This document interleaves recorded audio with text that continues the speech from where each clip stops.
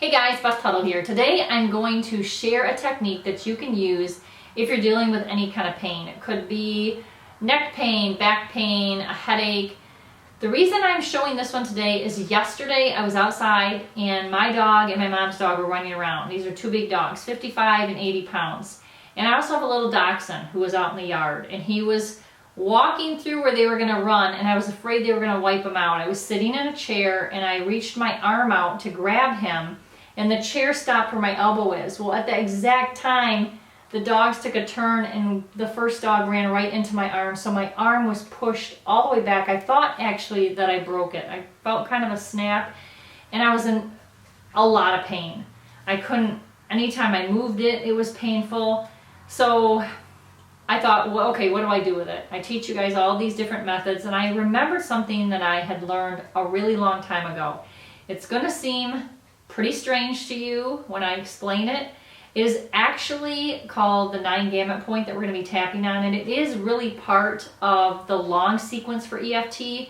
In my videos, I haven't used it. I don't use it often, just once in a while, and probably because a lot of people do have a hard time with it. They already have a hard time with tapping in itself, but this point, tapping, you're going to be tapping, counting, humming, doing all these things. And the reason you're doing this is you're engaging the right and left side of your brain, and the humming has the creative side going, and the counting has the logical side going, and you're going to be doing eye movements.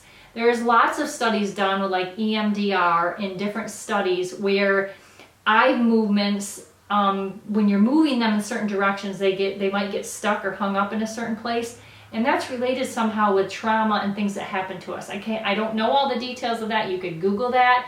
But all these things combined seem to do the trick. So this is all you're going to do. You're going to notice where the pain is in your body. And you're just going to see what that feels like on a 1 to 10. How severe is the pain? Yesterday I would say my arm was probably around an 8. So you're going to get that number in your head, and you're just going to really feel it. And then as you're doing that, you're just going to start tapping on the point that's called the 9 gamut point. It's between your pinky and ring finger where those two bones come to a V. You're just tapping on that spot.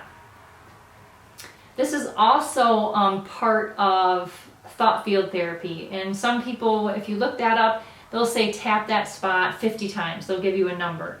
I didn't really count a number. I tapped it for quite a bit. I want to say maybe 30 seconds. It could have been a minute. So you're tapping. You're going to remember to take those slow, deep breaths, and you're just going to keep tapping that point for a while. Thinking about the pain this whole time, that pain, whether it's throbbing, sharp stabbing, whatever it is, that's in your mind. You're keeping that in your mind the whole time you're tapping. And then if you tap on that point for a while, like I said, at least a good 30 seconds, you're then going to tap right below your collarbone spot, right where that soft spot is. And there you're just going to tap like 8 or 10 times. And always, again, remember the breath. That's important. It helps the energy move. So then when you're done with that, you're just going to feel in your body. See if that number changed at all. Now for me, it didn't, I don't think it changed much at all. So then you're going to add the whole 9 gamut point where it gets a little strange here. So again, you're going to start tapping 9 gamut point. And while you're tapping that, you have your eyes open. Then you'll close your eyes. You'll open your eyes. Then you're going to keep your head perfectly straight. Your eyes are going to go hard down to the right, come back to center, hard to the left, come back to center. And you're going to go in clockwise direction. Again, head stays still. You're still tapping. And then you're going to go the opposite direction.